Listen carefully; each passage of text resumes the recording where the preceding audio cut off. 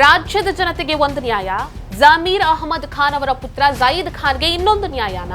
ತುಂಗಭದ್ರಾ ನದಿ ತೀರದಲ್ಲಿ ಬೆಂಕಿ ಹಾಕಿ ಚಿತ್ರೀಕರಣ ನಡೆಸಿದ್ದು ಅರಣ್ಯ ಇಲಾಖೆ ತುಟಿಕ್ ಪಿಟಿಕ್ ಅಂತಿಲ್ಲ. ಜಯೀದ್ ಖಾನ್ ಅವರ ಚಿತ್ರ ಅನ್ನೋ ಕಾರಣಕ್ಕಾಗಿ ಅರಣ್ಯ ಇಲಾಖೆ ಸುಮ್ಮನಿದ್ಯಾ?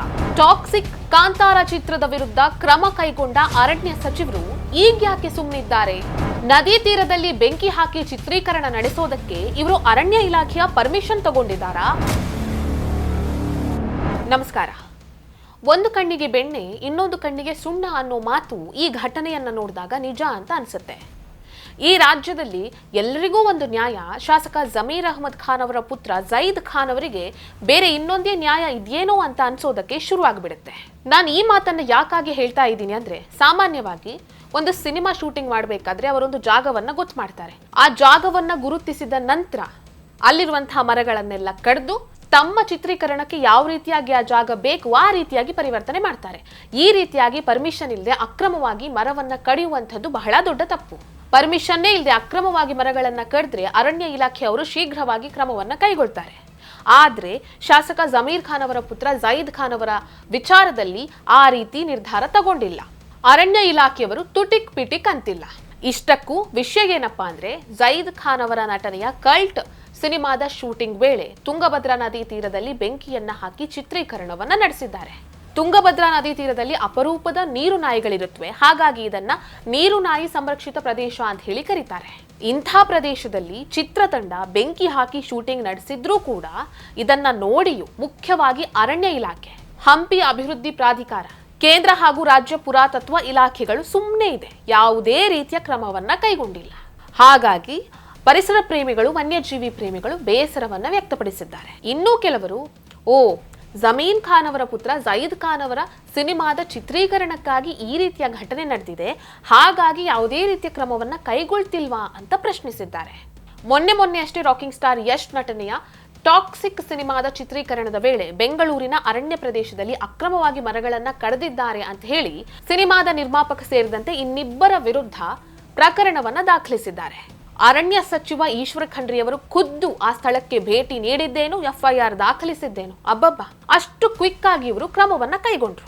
ಇನ್ನು ರಿಷಬ್ ಶೆಟ್ಟಿ ನಟನೆಯ ಕಾಂತಾರ ಅಧ್ಯಾಯ 1 ಈ ಸಿನಿಮಾದ ಚಿತ್ರೀಕರಣದ ವೇಳೆನು ಅಕ್ರಮವಾಗಿ ಮರಗಳನ್ನ ಕಡಿದಿದ್ದಾರೆ ಅನ್ನುವಂತಹ ಆರೋಪದ ಮೇಲೆ ಆ ಚಿತ್ರತಂಡದ ವಿರುದ್ಧ ಪ್ರಕರಣವನ್ನ ದಾಖಲಿಸಿದ್ರು. ಈ ಘಟನೆಗಳು ನಡೆದ ನಂತರ ಅರಣ್ಯ ಸಚಿವ ಈಶ್ವರ್ ಖಂಡ್ರೆ ಅವರು ರಾಜ್ಯದ ಅರಣ್ಯ ಪ್ರದೇಶಗಳಲ್ಲಿ ಸಿನಿಮಾದ ಚಿತ್ರೀಕರಣವನ್ನ ನಡೆಸಬೇಕಾದ್ರೆ ಸರ್ಕಾರದ ಪರ್ಮಿಷನ್ ಅನ್ನ ಕಡ್ಡಾಯವಾಗಿ ತೆಗೆದುಕೊಳ್ಳಬೇಕು ಅಂತ ಹೇಳಿ ಘೋಷಣೆಯನ್ನ ಹೊರಡಿಸಿದ್ರು. ಕಾಂತಾರ ಮತ್ತು ಟಾಕ್ಸಿಕ್ ಚಿತ್ರತಂಡದ ವಿರುದ್ಧ ಪ್ರಕರಣ ದಾಖಲಾದ ನಂತರ ಅರಣ್ಯ ಸಚಿವ ಈಶ್ವರ್ ಖಂಡ್ರೆ ಅವರು ಕಟ್ಟುನಿಟ್ಟಿನ ಕ್ರಮಗಳನ್ನು ಕೈಗೊಂಡಿದ್ದಾರೆ. ಚಲನಚಿತ್ರ, ಸಾಕ್ಷ್ಯಚಿತ್ರ, ಟಿವಿ ಧಾರಾವಾಹಿಗಳು ಮತ್ತು ವಿಡಿಯೋಗಳ ಚಿತ್ರೀಕರಣಕ್ಕೆ ಕಡ್ಡಾಯವಾಗಿ ಅನುಮತಿಯನ್ನ ಪಡಿಬೇಕು ಅಂತ ಹೇಳಿದ್ದಾರೆ. ಮಾಹಿತಿ ಮತ್ತು ಸಾರ್ವಜನಿಕ ಸಂಪರ್ಕ ಇಲಾಖೆ ಸೇವಾ ಸಿಂಧು ಪೋರ್ಟಲ್ನ ಮೂಲಕ ಅನುಮತಿಯನ್ನ ಮೇಲ್ವಿಚಾರಣೆ ಮಾಡ್ತೀವಿ ಅಂತ ಹೇಳಿದ್ದಾರೆ.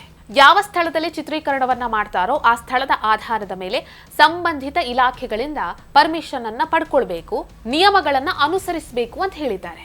ಒಂದು ವೇಳೆ ಇದನ್ನ ಉಲ್ಲಂಘಿಸಿದ್ರೆ ಅರಣ್ಯ ಕಾಯ್ದೆಯಡಿ ಕಾನೂನು ಕ್ರಮವನ್ನ ಎದುರಿಸಬೇಕಾಗುತ್ತೆ ಅಂತ ಅರಣ್ಯ ಸಚಿವ ಈಶ್ವರ್ ಖಂಡ್ರೆ ಅವರು ಹೇಳಿದ್ದಾರೆ.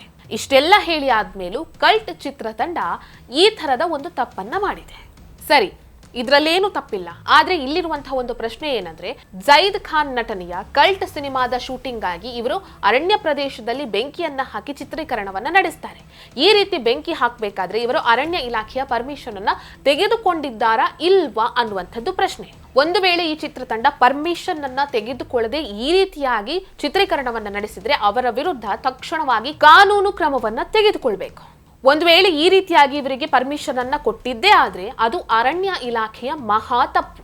ಒಂದು ವೇಳೆ ಅರಣ್ಯ ಇಲಾಖೆ ಪರ್ಮಿಷನ್ ಅನ್ನ ಕೊಟ್ಟಿದ್ದೇ ಆದ್ರೆ ಅದು ಜಮೀರ್ ಅಹಮದ್ ಖಾನ್ ಅವರ ಮಗನ ಚಿತ್ರ ಅನ್ನುವ ಕಾರಣಕ್ಕಾಗಿಯೇ ಕೊಟ್ಟಿದೆ.